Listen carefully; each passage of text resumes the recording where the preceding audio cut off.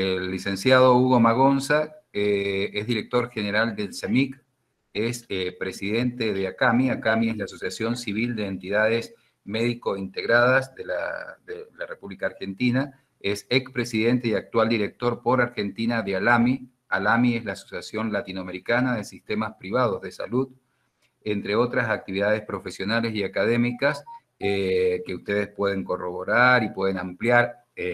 Y yo me he tomado el atrevimiento de hacerlo sucinto este tema. Para nosotros es un honor, Hugo, recibirte.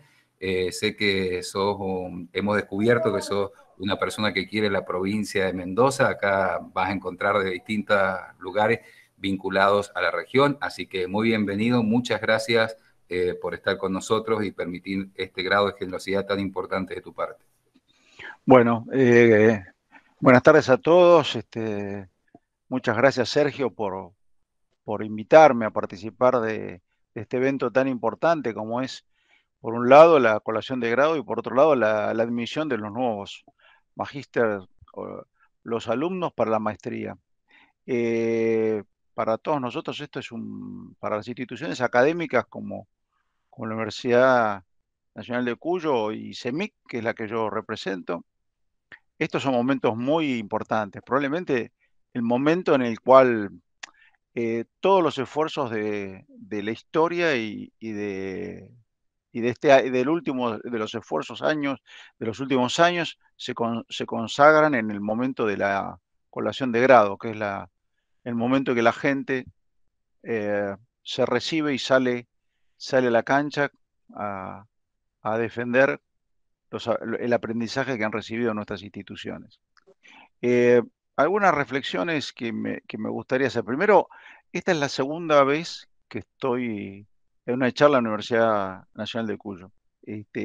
La primera fue hace muchos años con un amigo mío, con el doctor Máximo von Runge. Me tocó dar una charla presencial y después, por supuesto, tuvimos momentos mucho más agradables en el sentido de que fuimos a pasear, recorrimos, nos juntamos con amigos y además tomamos algún buen vino. Cosa que ahora la distancia no nos lo permite y el modelo tampoco. Pero yo diría, como dijo el doctor López, estos modelos han venido de alguna manera también para traer algún beneficio, que es el que hoy pudiera estar acá, porque medio de una pandemia yo no podría estar dando esta charla si no fuera por la virtualidad. Así que estoy seguro que vamos a ir a modelos más bien combinados, donde la presencialidad y la virtualidad trabajen de una manera que hagan llegar a la mayor cantidad de gente y la mayor cantidad de conocimientos posible. Con respecto al tema, ya entrando en el tema principal, que es el tema por el cual vengo a charlar con ustedes, es cierto que hace muchos años que trabajo en salud y lo que les quiero transmitir son experiencias, conocimientos que están basados en mucha medida en el trabajo propiamente dicho. Y lejos está de mí tratar de dar una charla académica o magistral, está más que nada compartir experiencias. Y, y, su- y en el camino de compartir experiencias, sumar voluntades, porque esta es una pelea que hay que dar, muy importante, la del sistema de salud, y que en la medida en que nosotros vayamos formando gente calificada a través de las instituciones universitarias y obviamente en las maestrías, nosotros vamos a tener más gente que va a dar una pelea por el sistema de salud, que el sistema de salud ha sido durante mucho tiempo, yo diría, relegado. Y en ese proceso de haber sido relegado, nosotros también algún grado de culpabilidad tenemos. No creo que hayamos hecho un buen trabajo de la defensa de la importancia del sistema sanitario en el día a día. Me parece que forma parte de un problema de cultural, básicamente, que es que la gente del sistema de salud durante muchos años creyó que hacer las cosas bien, que era lo propio, lo específico, era suficiente. Y en realidad no es suficiente. Hay que gestionar, como bien dijo el doctor López recién, hay una responsabilidad importantísima que tienen los administradores del sistema de salud, los gestores del sistema de salud, independientemente de la especialidad de la que provengan, que es la de administrar recursos de terceros que además son recursos escasos, valiosos y sensibles. ¿No? Yo digo, Si empezamos a entender eso, como dijo al comienzo la doctora, nosotros tenemos que pensar que el que asume una responsabilidad en el área de salud tiene que pensar que si no lo hace con gusto, si no lo hace por vocación, si no lo hace por compromiso, mejor que lo deje, porque no va a ser bueno para él ni va a ser bueno para el sector. Y por otro lado, me parece que hay una situación extraordinaria, eh, que es la de, estamos viviendo una pandemia. Y yo digo, para los que se recibieron y van a, a desembarazar su tarea, a desenvolver su tarea en el ámbito de la salud, y los que están aprendiendo, están viviendo una situación extraordinaria que es el medio de una pandemia.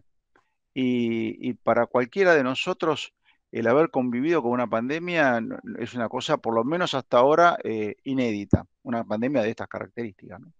Entonces yo digo, mucho para aprovechar de este momento, mucho para sacar aprendizaje que en otras circunstancias no se hubiera dado.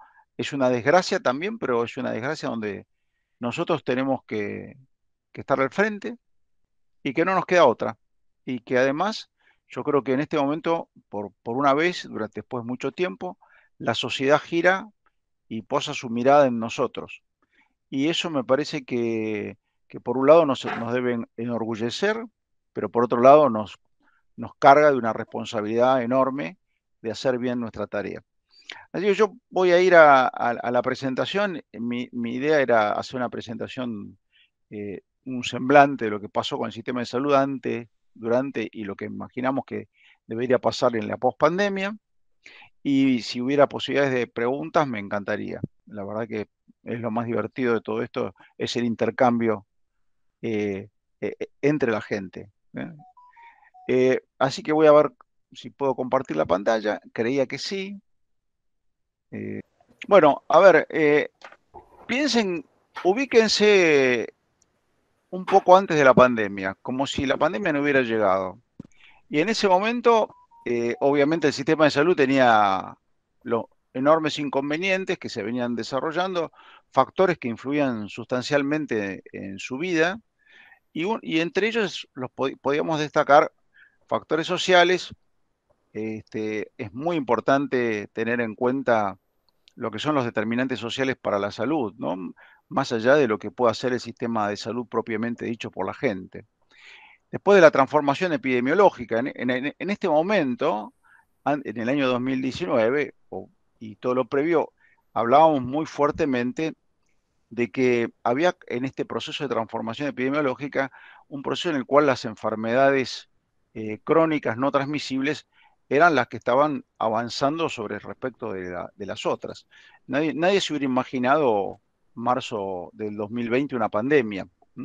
Entonces, para ese momento, prácticamente la preocupación por las enfermedades de contagio había ido menguando y nos estábamos preocupando fuertemente por las enfermedades crónicas, llámese lo que son las insuficiencias renales, lo que implica los tratamientos de estas enfermedades, lo que es los tratamientos oncológicos, las enfermedades vinculadas con los problemas neurológicos, que son hoy por hoy fuente enorme de preocupación y también de gasto. Y por otro lado, los avances tecnológicos que vienen dados de la mano de lo que es el proceso de evolución del sistema de salud. El sistema de salud, no hay ninguna duda que va mejorando día a día la calidad de de los servicios que ofrece, pero esto viene dado de la mano de enormes avances tecnológicos que en este momento hacen que el sistema de salud se base fuertemente sobre lo que son medios de diagnóstico, fármacos y lo que es la interacción entre todo lo que es esta tecnología y el recurso humano, ¿no? Que es probablemente uno de los factores más determinantes de todo lo que es el sistema de salud. Después están los elementos del financiamiento, que a nadie le puede escapar que el sistema de salud tiene un inconveniente con los costos, ya que en la medida que la población envejece, en la medida que la tecnología se hace cada día más innovadora también está empujando todos estos factores los costos de la atención. Y los costos de la atención en la República Argentina no son pocos, aunque los resultados a lo mejor no son tan buenos en términos de la cobertura universal de toda la población. Acá nosotros tenemos que pensar que estamos cerca del 10% del PBI en salud, y ese 10% de PBI en salud, para los que acceden es muy bueno, y para los que no acceden es muy malo, con lo cual hay un proceso bastante importante en lo que es la equidad de la distribución del gasto. Y ahí es un esfuerzo muy grande que teníamos que hacer. Y otros son los problemas normativos. Argentina vive un proceso eh, no estructurado dentro de lo que es el sistema de salud, y hay una enorme cantidad de normas que muchas veces colisionan entre sí y hace que la estructura jurídica del sistema sanitario, ustedes escuchan este problema de la inseguridad jurídica para todo el país, pero bueno, en ese país con problemas de seguridad jurídica convive el sistema de salud, y el sistema de salud tiene sus propias complicaciones que ahora ya vamos a ver. Entonces yo, nada, esto era un pantallazo en diciembre del 19. Si pasamos a mirar algunos números, fíjense en lo que hablamos de los factores, de estos factores que habíamos enunciado, qué estaba pasando con la población. Una población que en el mundo tiende a envejecer, y que eso trae sustanciales problemas a dos de los sectores más relevantes, que son en los sistemas previsionales y los sistemas sanitarios. Y acá lo que ustedes ven es una relación con una proyección al año 2100. No, ustedes pueden ver el paneo de los números, pero yo les voy a dar solamente algunos datos.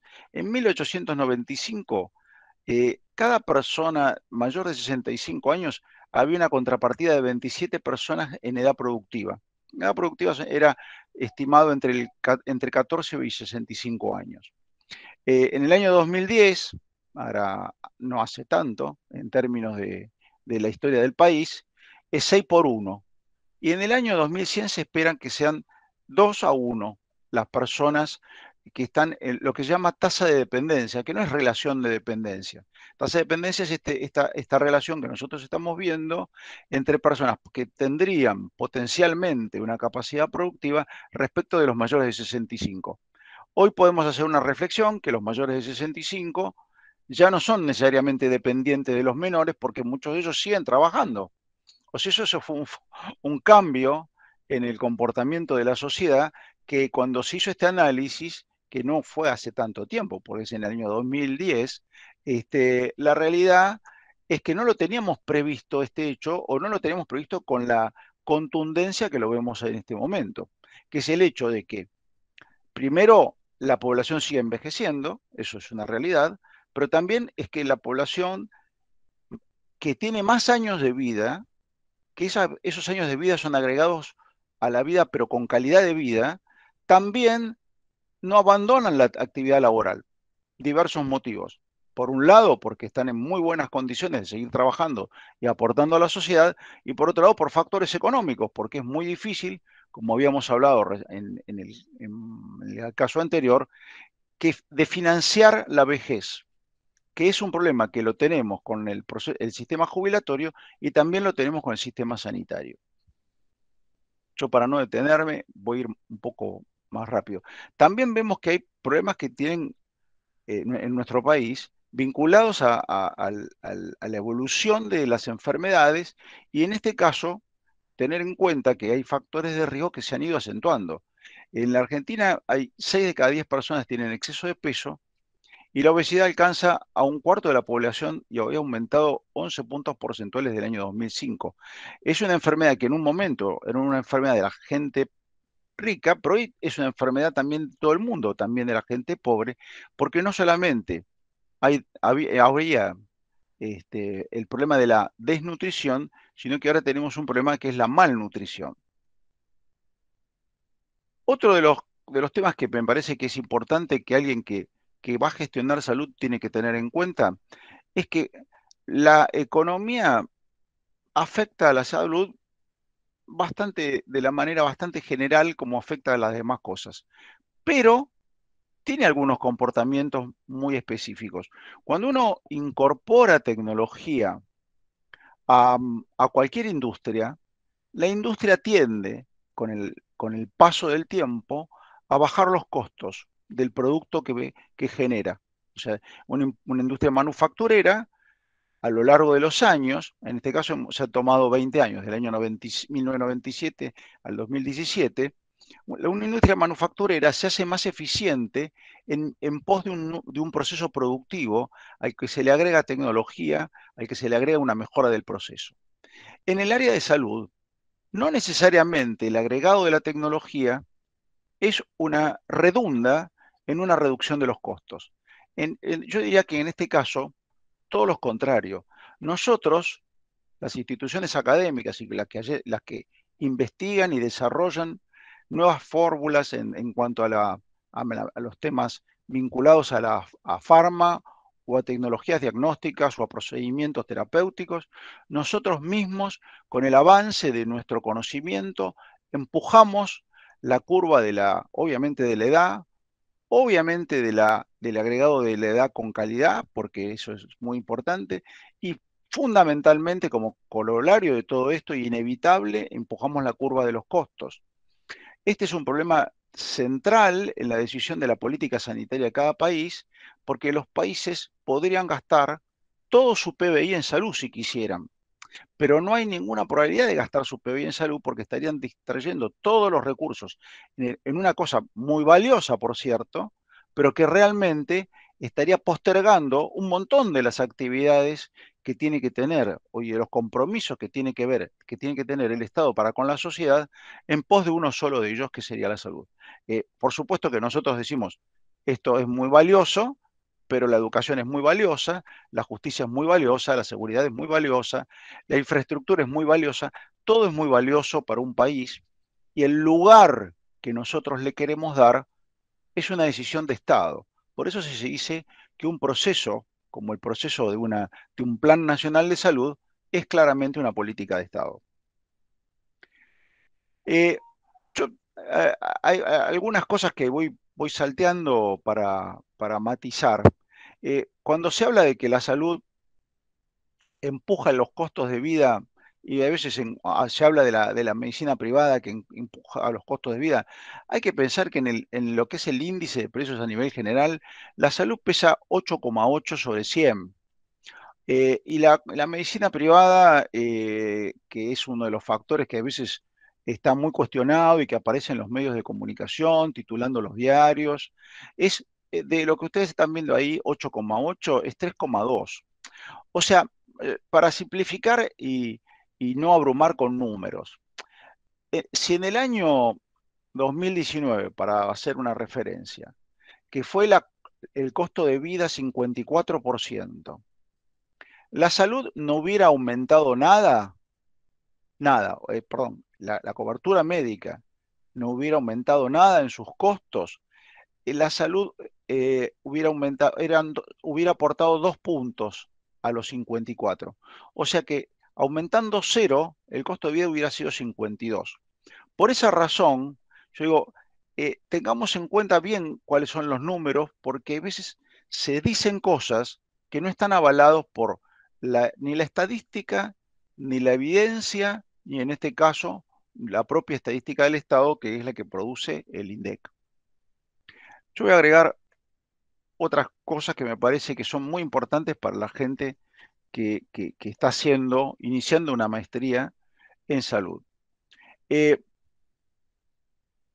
La salud, y yo para ser un poco disruptivo, no le importa a la gran mayoría de la sociedad. Es un problema muy grave que nosotros tenemos, que es que para convencerlos de que hay algo que tienen que ayudar a mejorar, primero tenemos que convencer de que es importante. Y ustedes están viendo acá una encuesta que nosotros hicimos hacer en el año 2012, donde le preguntábamos a la gente cuáles eran sus mayores preocupaciones y cómo pesaban esas preocupaciones en la preocupación general que tenían sobre el quehacer en nuestro país.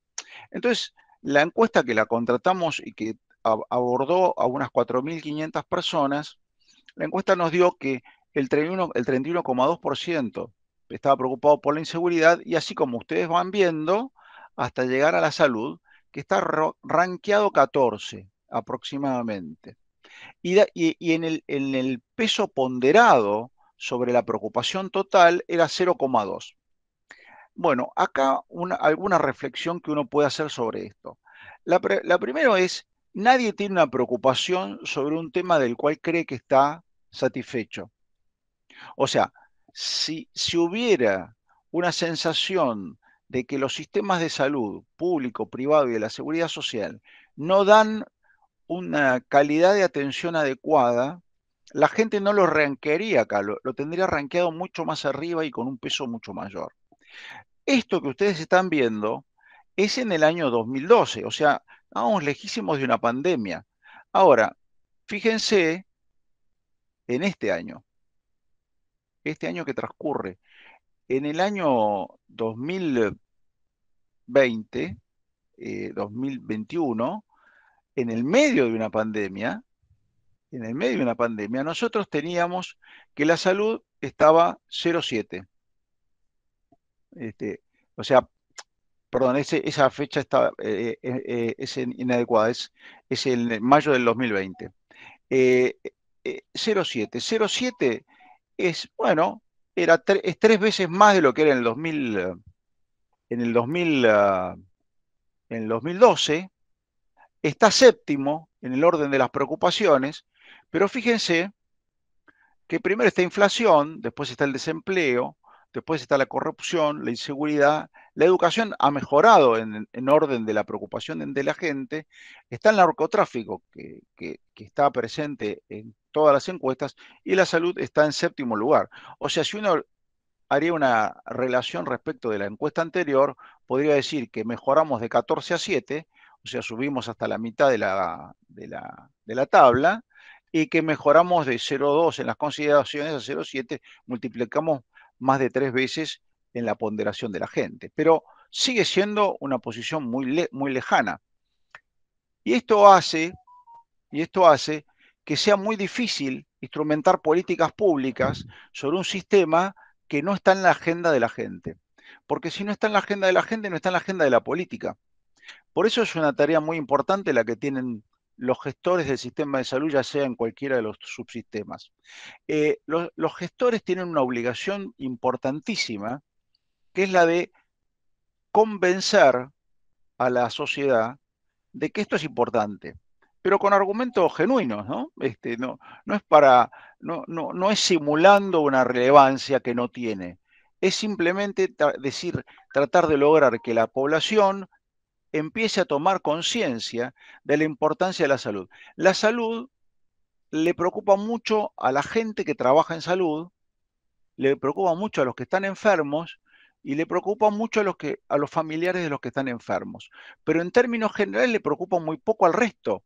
¿Por qué? Porque aún con las deficiencias que nosotros podamos entender, y salvo a una población que no accede a esos servicios, que no es poca, los que acceden tienen una buena calidad de servicios, una accesibilidad bastante buena en términos relativos a otros sistemas de salud de Latinoamérica y del mundo, y tienen una cobertura que yo les diría que es única, porque en la República Argentina no hay un límite a la cobertura. Primero, porque no hay una definición de prestación básica universal, y segundo, porque cualquier cosa que entre al radar de la atención médica, si no está definido dentro de la cobertura, podría ser incluido a través de medidas cautelares, con este modelo de una inseguridad jurídica que yo les acabo de comentar, y que esa inseguridad jurídica nos pega porque cualquiera podría reclamar cualquier tipo de tratamiento o, o fármaco para aún aquellos que tienen baja evidencia, y podría ante un juez obtener una cautelar, y esa cautelar tendría que ser pagada por el sistema, ya sea de la seguridad social, de las empresas de medicina privada o el propio sistema público cuando estas medidas van en contra del Estado. Ahora, cuando esto sucede, se rompe lo que sería la estrategia sanitaria de un país.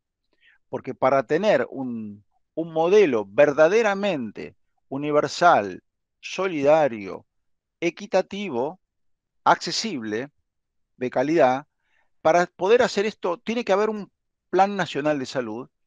Ese plan nacional de salud tiene que ser este, verbalizado por un lado, pero escrito por otro y avalado por las jurisdicciones, porque, bueno, ustedes saben muy bien, las provincias no delegan en nación, pero sería muy razonable que los millones de argentinos y los que viven en nuestro país, que no han nacido en nuestro país, tengan derecho al mismo modelo, con las mismas condiciones de cobertura médica. Cuando un juez toma.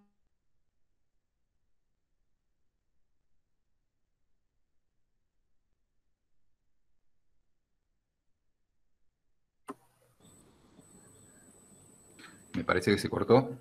Sí. Se cortó, a ver. Sí, ha tenido algún problema. Hugo, no sé si Yo nos estoy, ¿Estás? ¿Nos estás Sí, escuchando? sí. Ah, perfecto. Se había cortado la comunicación. Ahora, perfecto. Vuelvo a la presentación entonces. ¿Me escuchan ahora? Sí, sí, perfecto, Hugo. Te No, escuchamos no sé qué, no sé qué, en cuánto me. alcanzamos a escuchar el tema de que las provincias debían adherir al plan nacional y bueno, y hasta ahí más o menos, Bueno, y ahí se cortó. ahí comparto reflexiones básicamente. Deberíamos tener un sistema de salud, como dijimos hace unos minutos, universal, basado en un modelo solidario, que tenga una orientación muy fuerte a la equidad, que tenga obviamente características vinculadas a la eficiencia del gasto. Eso y que obviamente todo el mundo pueda acceder en iguales condiciones. Esta es una de las premisas de un sistema de salud como nosotros, los argentinos, nos gustaría, porque ustedes saben que los modelos sanitarios están muy relacionados con los modelos culturales. Y nuestro modelo cultural no es el de abandonar a las personas, sino todo lo contrario, es el de proteger a las personas. Hay un concepto de solidaridad muy fuerte en la población nuestra que está en nuestra cultura. Bueno, pero para que eso suceda, tiene que haber un modelo con bordes bien definidos, porque esos bordes bien definidos solamente lo puede poner el Estado y lo puede poner a través de un plan nacional de salud, y ese plan nacional de salud se debería respetar eh, a lo largo y a lo ancho de todo el país. Esto no quiere decir que las provincias pierdan su autonomía, todo lo contrario.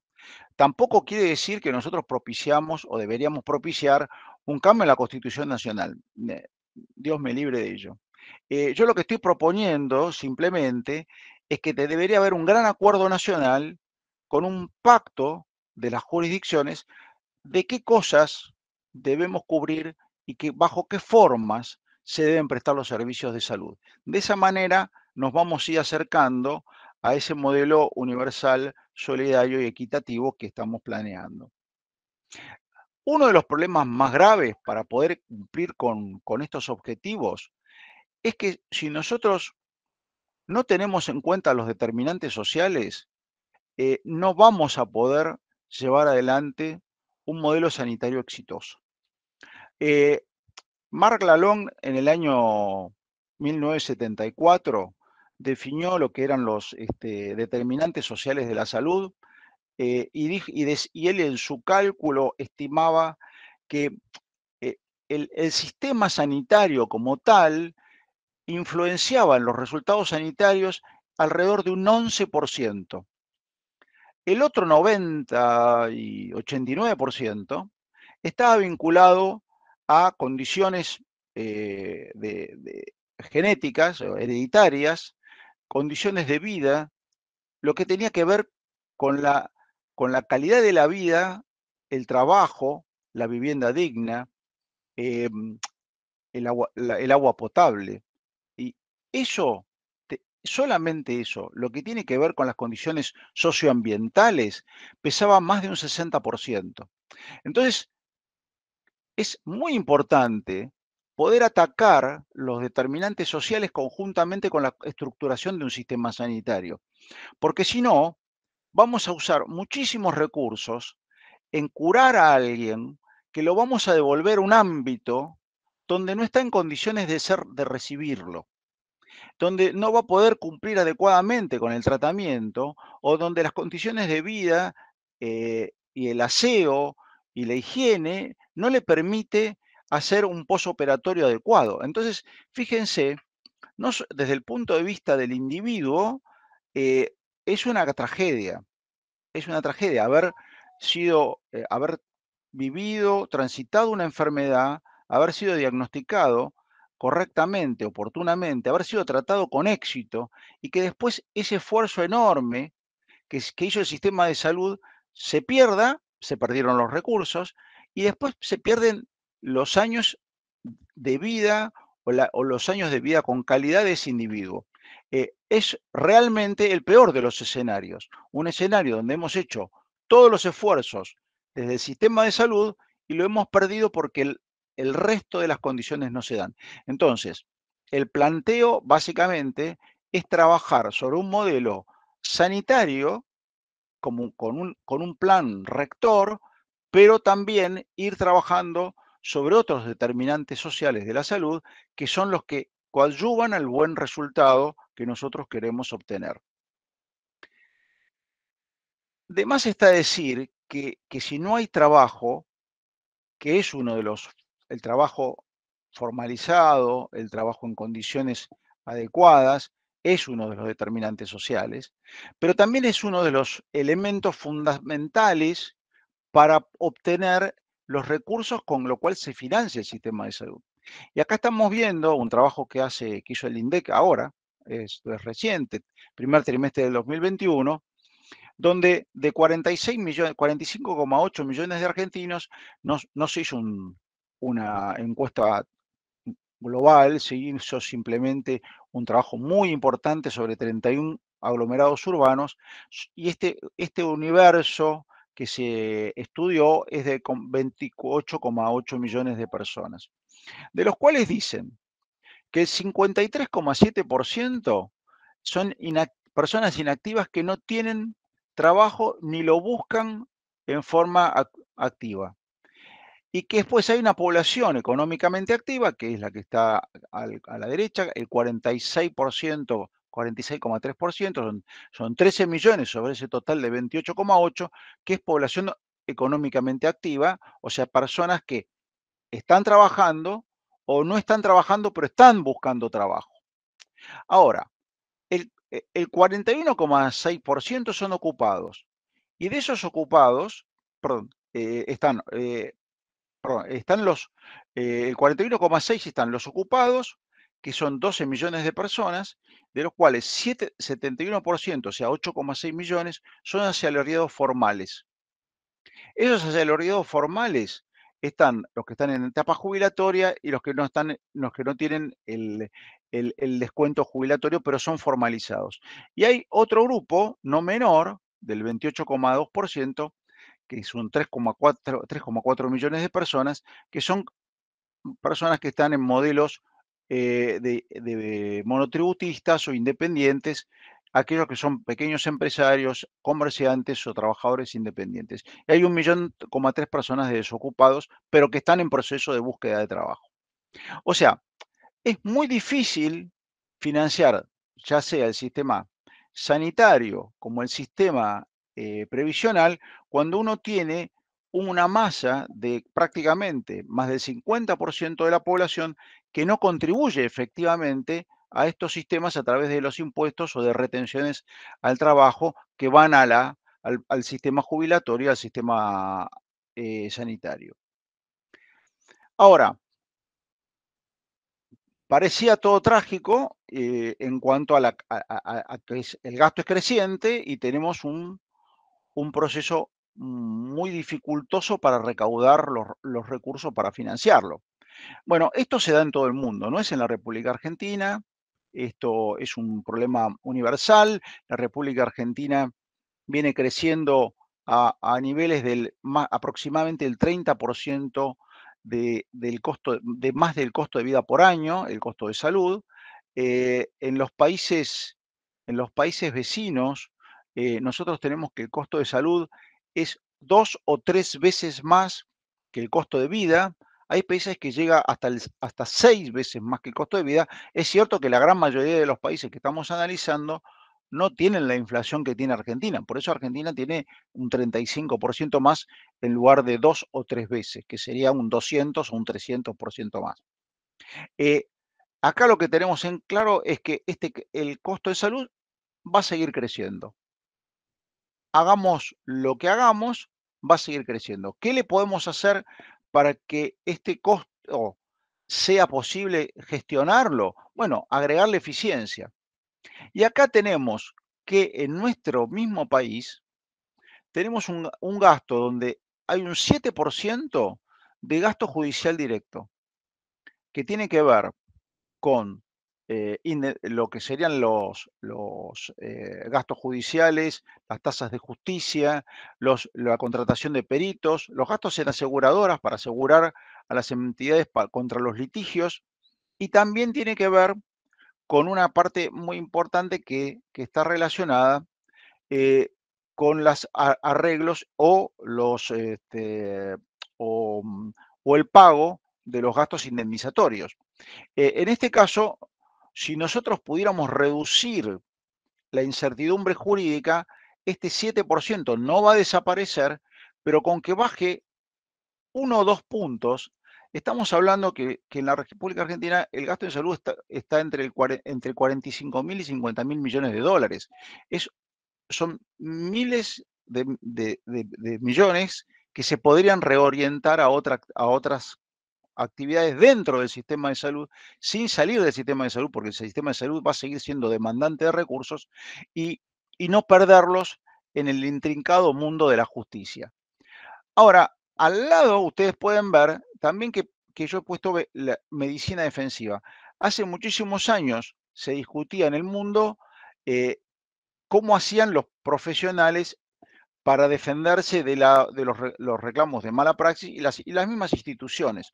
Bueno, una de las herramientas que usan los profesionales para defenderse de los reclamos de mala praxis, sobre todo en un país donde la demanda es una cosa bastante frecuente, es utilizar más recursos del sistema para evitar una demanda por no haber utilizado un medio de diagnóstico o un tratamiento. Esto es una de las cosas que yo también me refería en diapositivas anteriores, donde les decía que un juez normalmente no mira por el conjunto de la sociedad, sino mira por un individuo. Y cuando tiene un individuo adelante de sí que ha tenido algún daño, eh, ya no está tomando en cuenta los principios del sistema de salud, que es poner a disposición del paciente todos los recursos. Pero acá el sistema de salud no puede garantizar resultados. Esto no es ciencia exacta, la salud.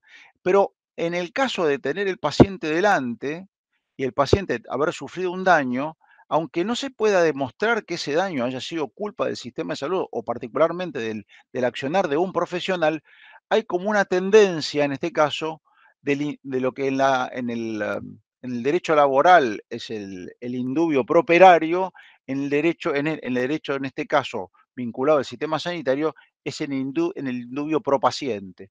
Los jueces tienen la tendencia natural, si hay una situación donde hay una indefinición o la situación es gris, a fallar a favor de los pacientes, incluyendo en el otro tema que habíamos hablado, que es el tema vinculado a las coberturas.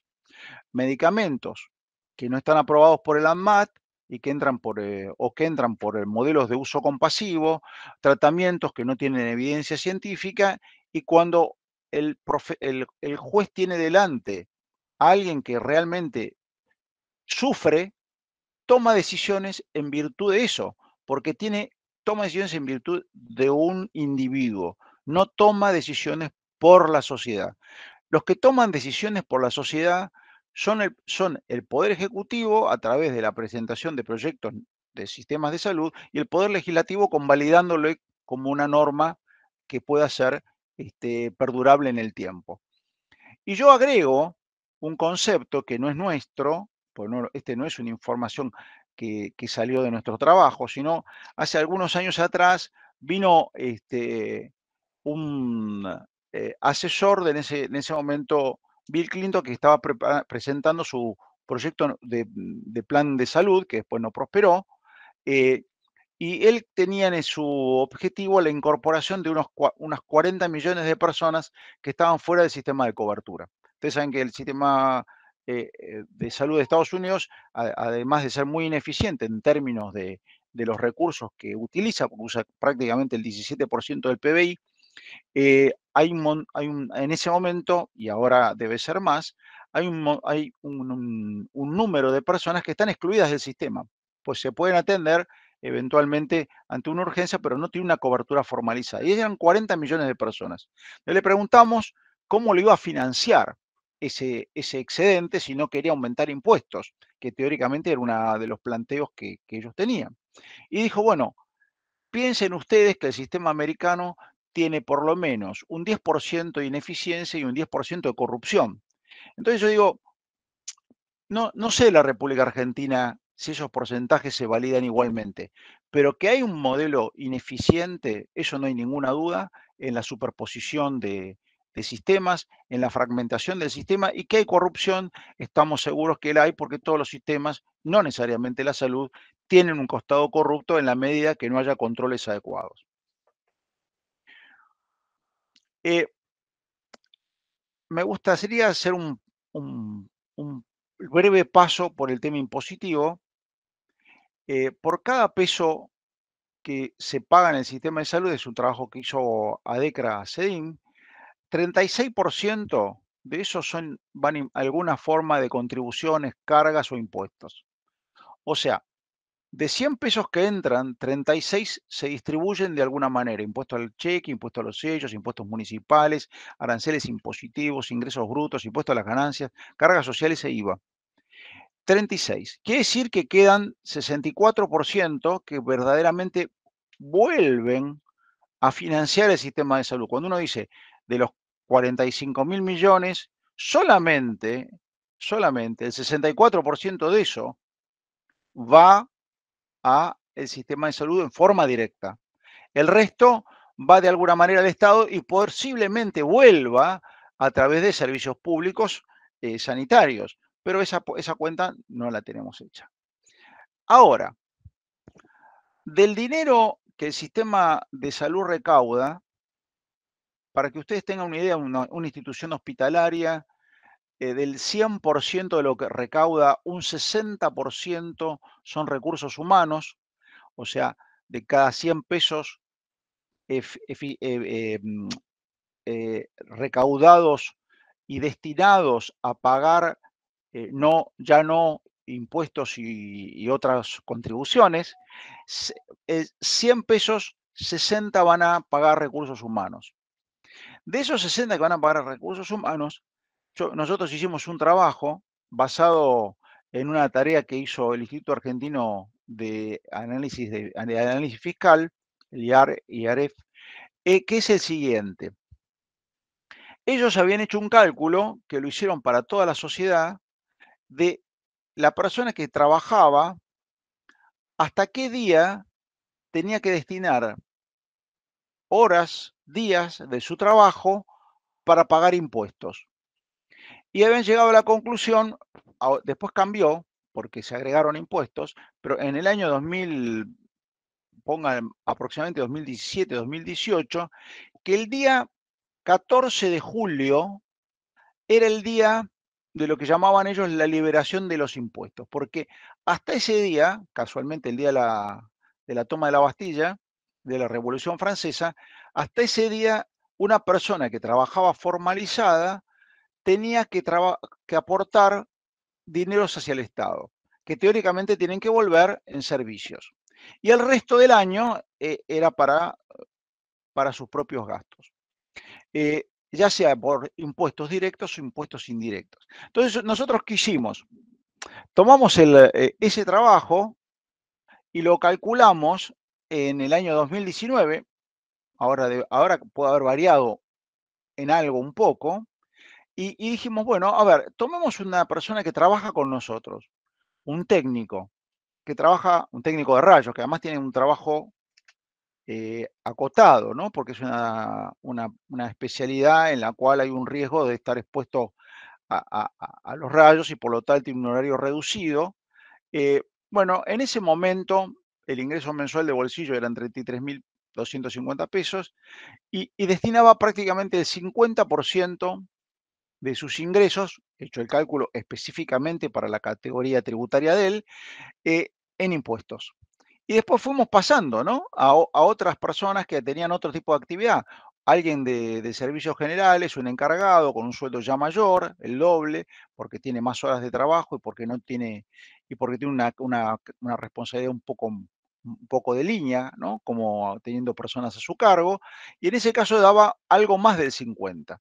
Y así fuimos subiendo, un jefe de departamento de enfermería que trabajaba 55,72% de sus sueldos iban a pagar tributos directos e indirectos, un director de un área hospitalaria también, que va en ese orden, y después hicimos una simulación con un profesional independiente que trabajara no en relación de dependencia, sino que trabajara en un contrato de locación de servicios y sus honorarios vinieran por el trabajo médico. En ese caso, con un promedio mensual de ingresos de 300.000 pesos, que es un ingreso que para ese momento era razonable, sabía que 150.000 lo iba a gastar en impuestos. Vuelvo a repetir, impuestos directos, indirectos, y 150 es lo que le quedaba a él, un poco menos, en este caso porque era el 56,43%, le quedaba para eso lo tenía que destinar a impuestos y el resto era lo que le quedaba para hacer frente a los gastos de su familia y de su vida habitual. Bueno, en el año 2020 así veníamos, pero además de esto nos enfrentamos a una pandemia. O sea, este sistema que venía con crecimiento de costos, con problemas de financiamiento estructural, con incertidumbre jurídica, con una anarquía de normas, se enfrenta a una pandemia. Y les quiero decir eh, que orgullosamente les quiero decir que el sistema, aún con todas las dificultades que tenía, eh, dejó de lado todas estas limitantes y enfrentó una pandemia, yo diría que de una manera más que satisfactoria, porque eh, salió a reconvertirse, aún en la dificultad, con bastante apoyo de la sociedad, es cierto, incluso con donaciones, para poder atender una enfermedad que tenía un desarrollo y un origen desconocido. ¿Qué hicimos en ese momento? Recuerden que ya veníamos con unas dificultades enormes de funcionamiento y financiamiento, pero a pesar de eso, en el medio de un problema inflacionario severo, por un lado, que tenía que ver con la inflación estructural del país, y un problema vinculado a la situación coyuntural, que es em, la escasez de algunos elementos que eran de consumo normal en etapas anteriores y se transformaron en consumo extraordinario en el medio de la pandemia, por ejemplo, los equipos de protección de personal, los barbijos y algunos medicamentos, salimos a provisionarnos de esos insumos y equipos, por ejemplo, respiradores, que no había, camas de terapia intensiva que tuvimos, o camas para unidades críticas. Todo eso, ¿de dónde veníamos? En lugar de decir, bueno, esto no podemos ir para adelante, y el sistema de salud, y vuelvo a recalcar, no el sistema de salud privado, sino el sistema de salud en general, no dijo, bueno, la verdad que la situación es desventajosa, no estamos en condiciones, nos quedamos en casa. Esa situación no sucedió. Incrementamos el número de camas, sectorizamos el hospital para la atención de pacientes infectados y sospechosos en principio, descentralizamos la atención de los pacientes no COVID y porque hubo que seguir atendiendo, aunque hubo una disminución importante de la consulta programada, pero se los sacó de los hospitales y se los mandó a centros ambulatorios y algunos incluso algunos pacientes fueron internados en hoteles, como ustedes saben muy bien, que fue una decisión que se tomó en virtud de las normas que existían en ese momento y que después fueron medio dejados de lado porque se entendió que un paciente aún con COVID y en un estadio leve podía transitar la enfermedad en su casa. Se hicieron las aperturas, obviamente, de estas sedes que después se cerraron. Los hoteles que estaban cerrados porque no había turismo se reconvirtieron en hospitales de mediana y bajísima, yo diría más bajísima que mediana complejidad. Sigo adelante. Esto fue lo que pasó con Hugo, nosotros. perdón, Sí, perdón que te interrumpo. No sé cuánto te queda de la exposición, pero por razones de organización, yo te diría que no sé cómo lo vas, cuánto te quedará, para que vayamos de alguna de- manera viendo cómo lo podemos ir cerrando. sí. A ver, me queda bastante, pero Eh, puedo acelerarlo el dale, tiempo. para, Eh, perdón, es decime, magnífico lo que estás presentando, es un lujo. Yo por lo menos lo estoy disfrutando muchísimo, pero perdón, te tengo que interrumpir. decime cuánto tengo y yo voy a tratar de Yo te adaptarme diría a 10 minutos. 10 minutos. ¿Mm? Bueno, vamos a tratar de comprimirlo. A ver, lo que Gracias. están viendo acá rápidamente es lo que hicimos nosotros. Nosotros aumentamos las camas totales, acá hay que descartar neo porque no suma, en un 27%. Aumentamos las camas críticas un 23% y las camas críticas con asistencia respiratoria mecánica aumentamos un 85%. Pero esto que yo les muestro no es solamente, no es solamente lo que pasó en CEMIC, pasó en el sistema de salud. Capacitamos los equipos de salud para el manejo de los equipos de protección del personal, pusimos en marcha los protocolos, hicimos seguimiento domiciliario de los pacientes, implementamos la telemedicina, la teleconsulta, la videoconsulta, la prescripción digital. Todo lo que íbamos a hacer en un largo plazo, lo tuvimos que hacer en menos de un año, entre marzo y agosto del año 2020. Modificamos los procesos para proteger al equipo de salud, reformamos los circuitos para evitar la exposición innecesaria del personal al virus, también distribuimos los equipos de salud en distintos grupos para tener un equipo de backup, reducimos las reuniones presenciales y establecimos ayudas económicas para los profesionales que trabajaban en el modo de locación de servicio porque la verdad que la actividad había caído sensiblemente. Hicimos una tarea muy importante que fue tratar de evitar el conflicto dentro del equipo de trabajo, dado que una circunstancia de estrés y sometimiento a la incertidumbre que produce la enfermedad, los riesgos del conflicto eran muy altos, así que lo que hicimos fue un culto a la tolerancia.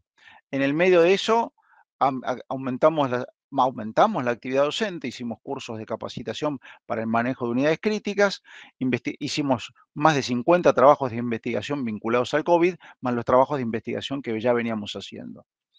Esto, para que ustedes tengan una idea, es lo que le pasó a un hospital. Un hospital en el año 2020 perdió 4,6 facturaciones de consultas, perdió 5,6 facturaciones de cirugía, perdió 5,4 facturaciones de radiología y 1,74 facturaciones en términos de egresos hospitalarios.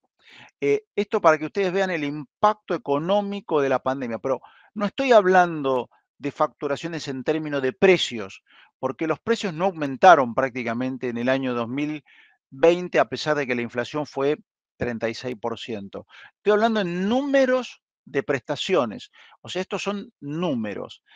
Se han perdido en términos de facturaciones en números y además comido por la inflación.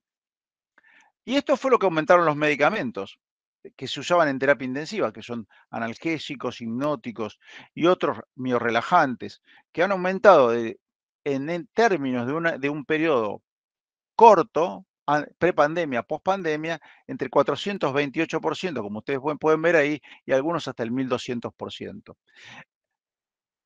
La palma se la llevan los barbijos tricapa, como ustedes pueden ver ahí, porque lo que se dio es una combinación muy fuerte entre aumento de precio y aumento del uso.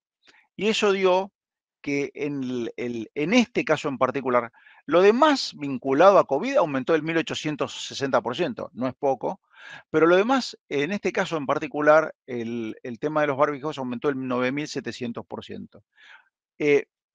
Los medicamentos de consumo aumentaron 61,9% contra 48,2% del periodo enero 2020, marzo 2021, estamos hablando de 15 meses.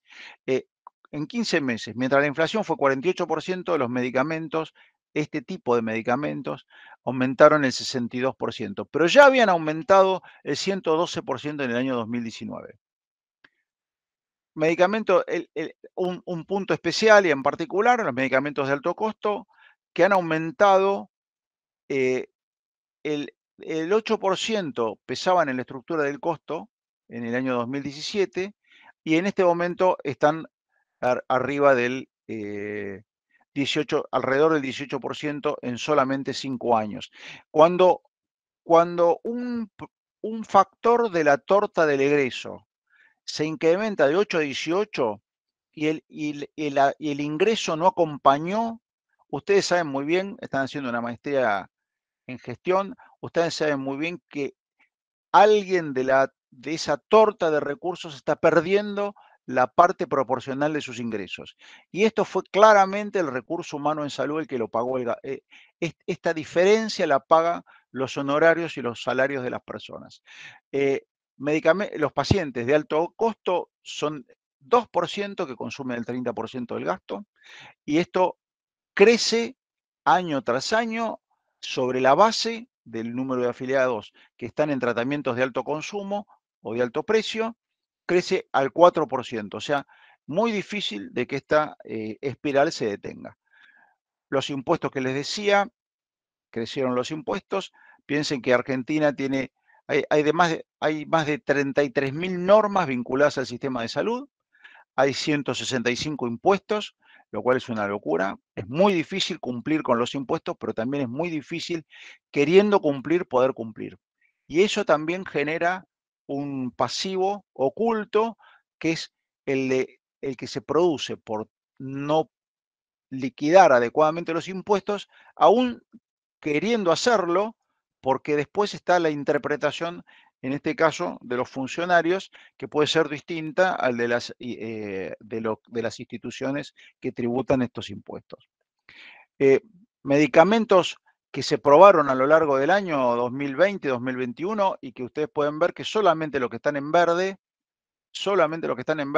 tienen recomendaciones de aplicación, porque su aplicación genera un beneficio palpable y evidente.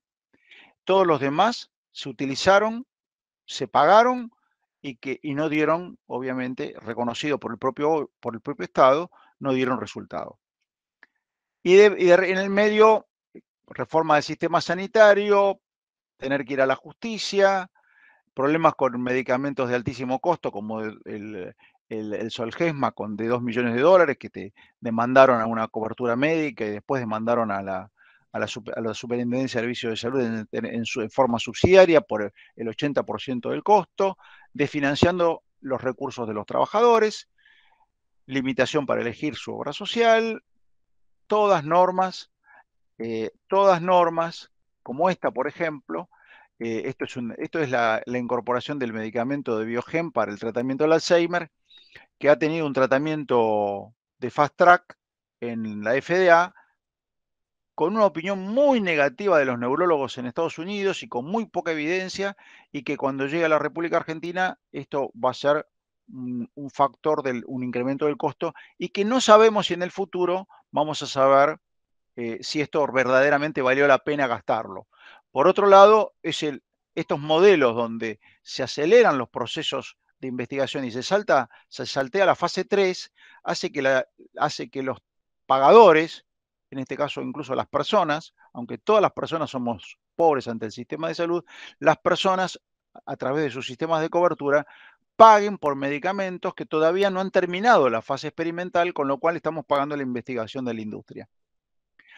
Esto hace que los profesionales en algún momento van a tener vocación de no seguir trabajando para el sistema de la seguridad social y el sistema de la medicina prepaga y eventualmente para el sistema público, porque realmente el salario profesional se ha deteriorado enormemente en los últimos, yo diría, 20 años y se ha acelerado groseramente en los últimos 2.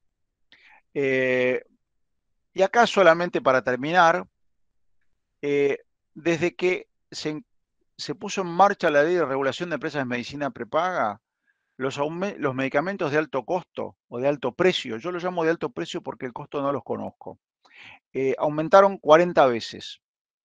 El gasto en salud aumentó 35 veces. El PMO, calculado por iSalud, con los datos que le da la Superintendencia de Servicios de Salud, aumentó 33 veces. El IPC aumentó 24 veces.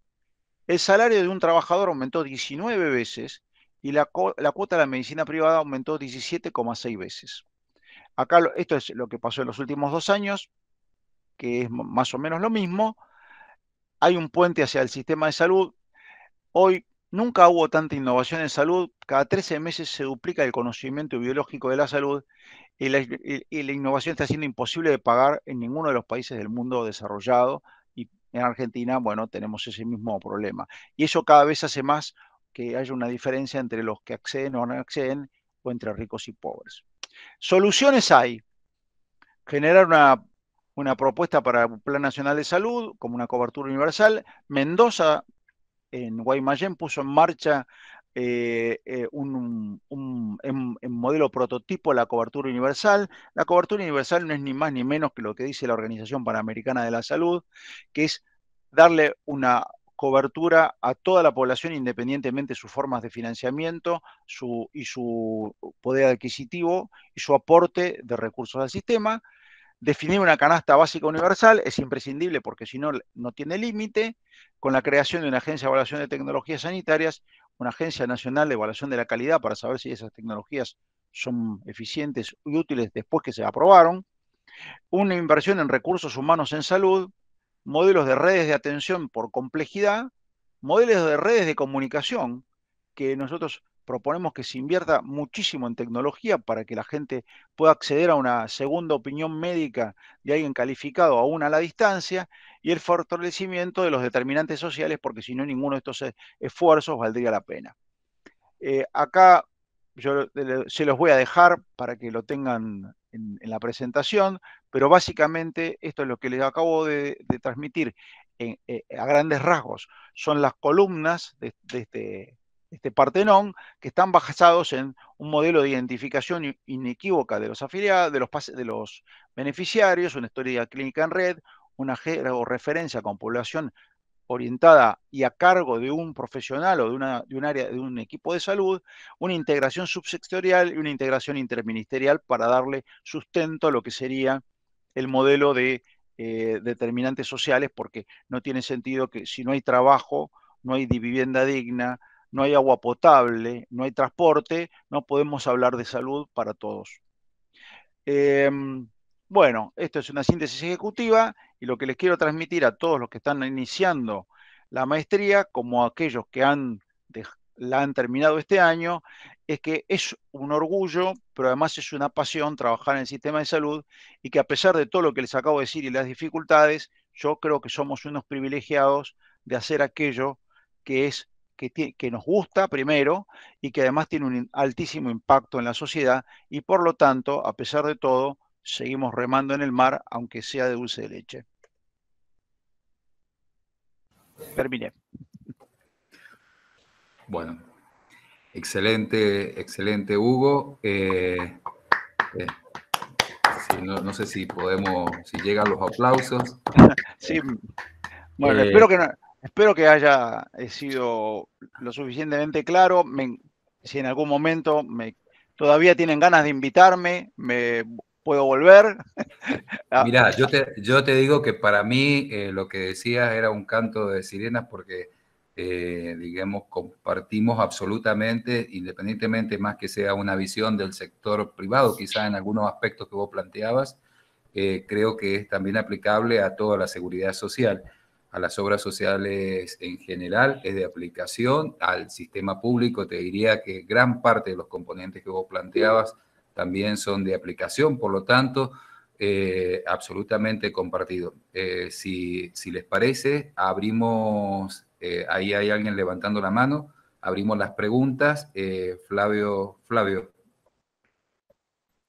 Sí, hola. Gracias, Sergio. Hugo, un placer, un gusto. Hacía mucho tiempo que no nos veíamos, un placer volverte a escuchar. Primero que nada, referido, digamos, un planteo, ¿no? Referido a la última parte de tu charla, de alguna manera algo que a mí me gusta linkear bastante, incluso con alguien que vos tenés acá muy cerca tuyo en CEMIC, con mi colega Jorge Solimano, que es el tema este de la ineficiencia vinculada al acceso, ¿no? Entonces, en Argentina, de alguna manera tenemos una paradoja que incluso tenemos mejor acceso que incluso muchos países del primer mundo. Comparativamente, incluso si tuviéramos que hablar de países incluso europeos.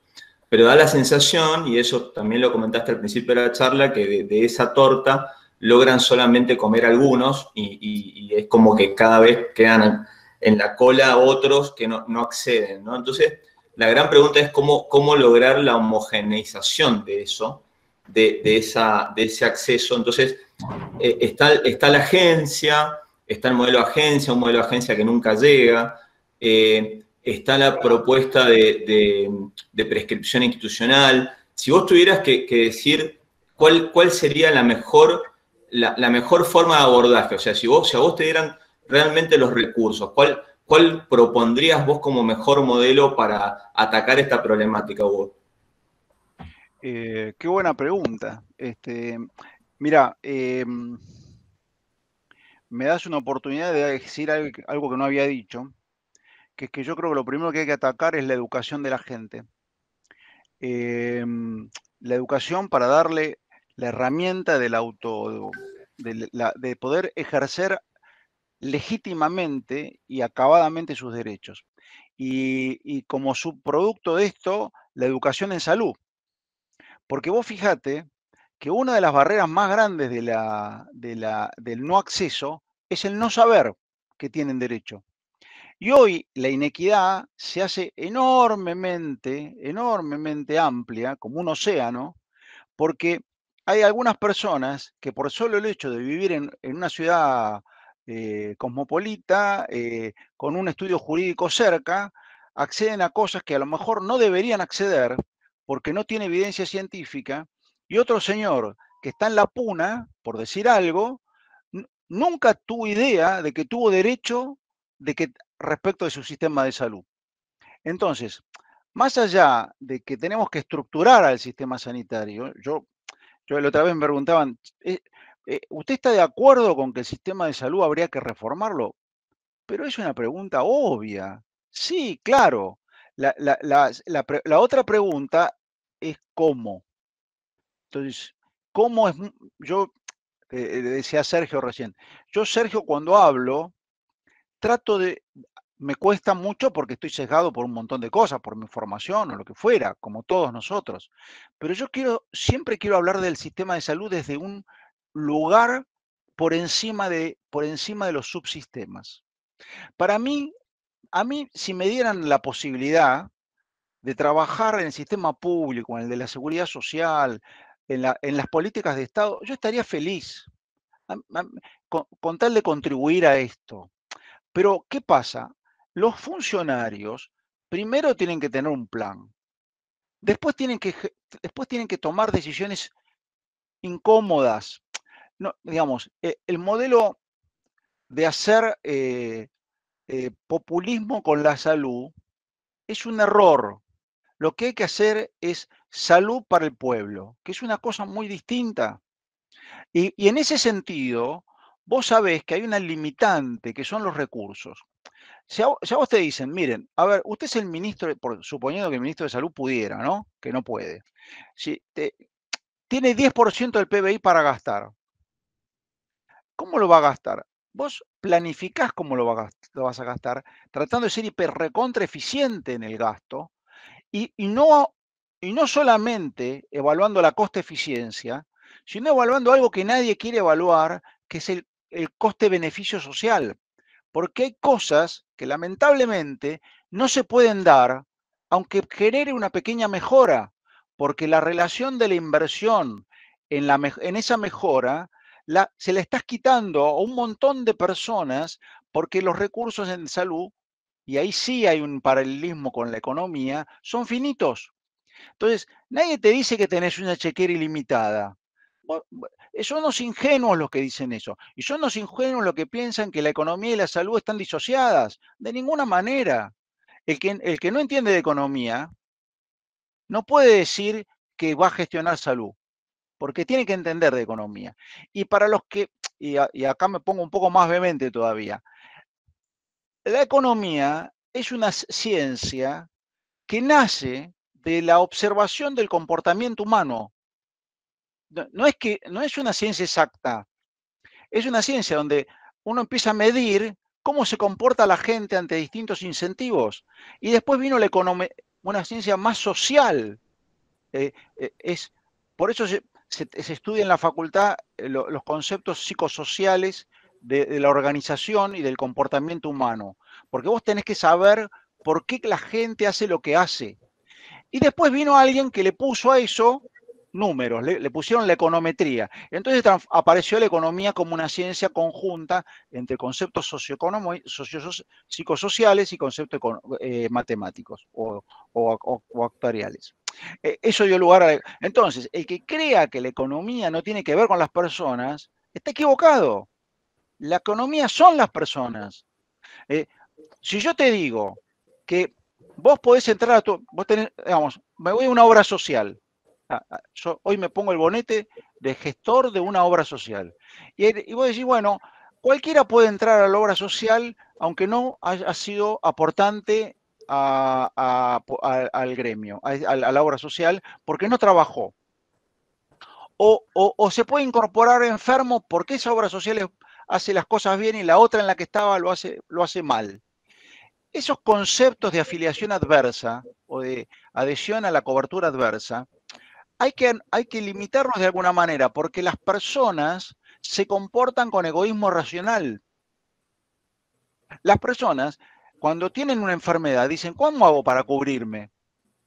Bueno, a ver, yo creo que debería haber un modelo de cobertura universal, que nadie se sintiera que es cautivo de nada, pero que después pudiera elegir adentro del sistema por el sistema que le resulte de mayor confort, de mayor calidad y de mayor eficiencia. Como ya existe en muchos lugares del mundo. Sí, no estoy inventando nada. ¿Sabes cuál es el tema? Todos los problemas que tenemos nosotros están en el mundo. Y todas las soluciones a los problemas que tenemos nosotros están en el mundo. Lo bueno es saber ese guiso, cómo combinarlo para que el gusto al final sea el adecuado. Exactamente. Excelente tu respuesta, te agradecemos muchísimo. Hugo, ahí el doctor Lucero hacía otra pregunta, o levantaba la mano al menos. Sí, gracias. Bueno, primero agradecerle a la universidad este espacio y esta invitación. Agradezco, Hugo, como disertante. Agradezco por tu pensamiento sistémico, ¿eh? O sea, creo que ha sido exquisito y haber hecho esta síntesis. ¿Cómo verías vos? Voy a ser concreto en función de la hora, porque creo que uno de los temas que hay que empoderar a la sociedad es de transparencia. De la misma manera como vos has dicho, a todos los que están empezando la maestría o aquellos que venimos algunos años tratando de gestionar, creo que lo más importante es justamente llevar transparencia, y generalmente nuestra sociedad carece de transparencia, incluso cuando se entregan instituciones a gente que no tiene expertise. O sea, un neurocirujano abre un cerebro, y míralo bien, pero cualquiera gestiona en este país. Y la transparencia de esto es la usurpación de la función y de la información. ¿Cómo has vivido vos este tema? Porque me parece que la transparencia es como el huevo o la gallina, ¿no? El Estado muchas veces esconde cosas, muchas veces los funcionarios esconden cosas, muchas veces los privados escondemos cosas. No hemos podido generar un tema de blanqueo de la información. Seguimos gestionando sin información, sin datos. ¿Dónde te parece que esto está? Porque me parece que muchos ONG, universidades, instituciones como la tuya, deberían tener un papel relevante en defender la no usurpación y también la transparencia. ¿A dónde te parece que va esto? Porque me parece que si salieran más datos, creo que forzaríamos más situaciones políticas, entendiendo las políticas de salud pública, ¿no? Wilson, tu análisis es correcto en el sentido de cuando vos estás gestionando sin información, estás llevando un barco en el medio de la niebla. Pero yo te diría que muchas veces la gente no quiere que haya información, porque la información, y sobre todo cuando vos la transformás la información en mejora de los procesos, disciplina, obliga, te pone metas, y esas metas hacen que te exija a alguien, que lo lógico sería que todos nosotros tuviéramos un modelo de contralor para poder rendir cuentas. Ahora, como vos lo describiste muy bien recién, ese modelo no existe, o existe muy poco. La única posibilidad es que la gente migre cuando se siente que no está bien atendida y se va de un lado para otro, y de hecho lo hace, pero entre lo que es y lo que debería ser, hay un abismo. Ahora, el sistema de salud está inserto en la República Argentina. Entonces, vos no le podés pedir al sistema de salud muchas cosas que el país todavía Está claro. no asumió. Está claro. Te voy a decir una cosa más que viste, como la gente durante todos estos últimos 2 años ha empezado a hablar de salud como no hablaba nunca, ¿no? Uh-huh. Yo, perdonen que miro para ahí porque ahí te estoy viendo a vos y la cámara la tengo en el otro lado, tengo un lío, pero discúlpenme por eso. Hay una cosa que a mí me gustaría decir. ¿Por qué razón nos hicimos cargo de una pandemia? Estoy hablando del sistema de salud como un todo, ¿no? El sistema público, de seguridad social y privado. Sin decir ni siquiera una queja. ¿Por qué nos hicimos cargo de una pandemia con resultados relativamente exitosos, yo diría muy exitosos, y con muy pocos recursos? Porque yo les conté que si yo tengo razón en lo que les dije y no les mentí, entramos golpeados desde el vestuario, para usar un término deportivo. Nosotros veníamos perdiendo 4-0 en la ducha. ¿Por qué? Porque yo creo que aún compartiendo lo que vos decís, yo creo que el sistema de salud tiene un reservorio de gente bastante más calificada en términos promedios en sus lugares de gestión. En la seguridad social, porque la seguridad social hizo un catch-up enorme en los últimos 20 años. La seguridad social que yo conocí, la que hay ahora, es otra. Aprendieron, gestionaron, tuvieron que hacer compras comunitarias, tuvieron que establecer modelos de atención para sus poblaciones, utilizaron la atención primaria de la salud como una herramienta. O sea, a ver, yo creo que el sistema, que la República Argentina en el sistema de salud tiene un ejemplo, a pesar de todos los defectos que pueda tener y el camino para recorrer, tiene un ejemplo para saber que se puede construir el resto de la sociedad con el mismo modelo que el modelo sanitario. Muchas gracias. Bueno, Hugo, en realidad un gran placer tenerte, escucharte.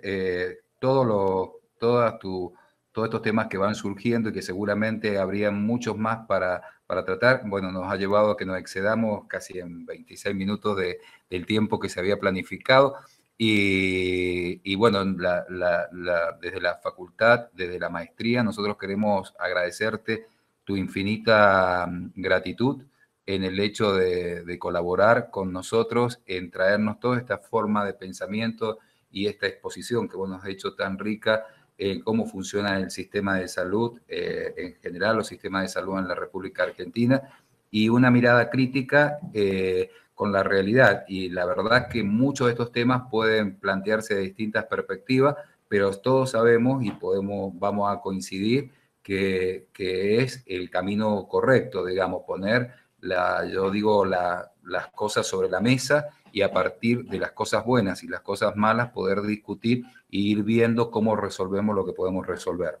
Por el momento, en un país como en el que vivimos, queda claro, de acuerdo a tu exposición y lo que venimos charlando, que es poco probable que avancemos en un sistema integral. Pero lo cierto es que, bueno, es un desafío para todos los que trabajamos en gestión de salud para hacer posible el día a día y también no abandonar la esperanza de un futuro mejor, que es el gran mensaje, creo que tiene tu charla, y que es esperanzador, obviamente, porque la esperanza es lo único que no podemos perder ni renunciar, y me parece que es una gran probabilidad de trabajo. Así que para aquellos que hoy nos acompañan, que se están sumando en este proceso de aprendizaje en lo que es gestionar los sistemas de salud, gestionar desde unidades pequeñas hasta unidades gigantes o integradoras como las que se han planteado hoy de todo el país. Creo que es un gran desafío para aquellos que están terminando su formación, es un premio a lo que están haciendo y bueno, para los que venimos trabajando en esto es una gran oportunidad. Te comprometemos para seguir trabajando juntos, quedamos eternamente agradecidos, estamos en deuda, esperamos por lo menos hacerte llegar unos vinos ya que no los podemos compartir, así que te agradecemos muchísimo, Hugo. Si te parece, continúo por línea privada. Sí, cómo no. Muchísimas gracias a ustedes, gracias por su atención y la realidad es que cuando gusten, con presentación o sin presentación, convóquenme porque para mí no solamente es un gusto lo que hago, es una tarea que es una tarea de convencer, comunicar, que es lo que creo que va a cambiar las cosas. De docencia, vos lo dijiste recién, la educación es una de las bases fundamentales de la transformación de la sociedad y por eso estamos eternamente agradecidos por tu gran contribución hoy en un día especial para nosotros los que nos dedicamos a estos temas. Gracias a ustedes y que tengan muy buenas tardes. Muy buenas tardes. Bueno, muchas gracias. Lo despedimos.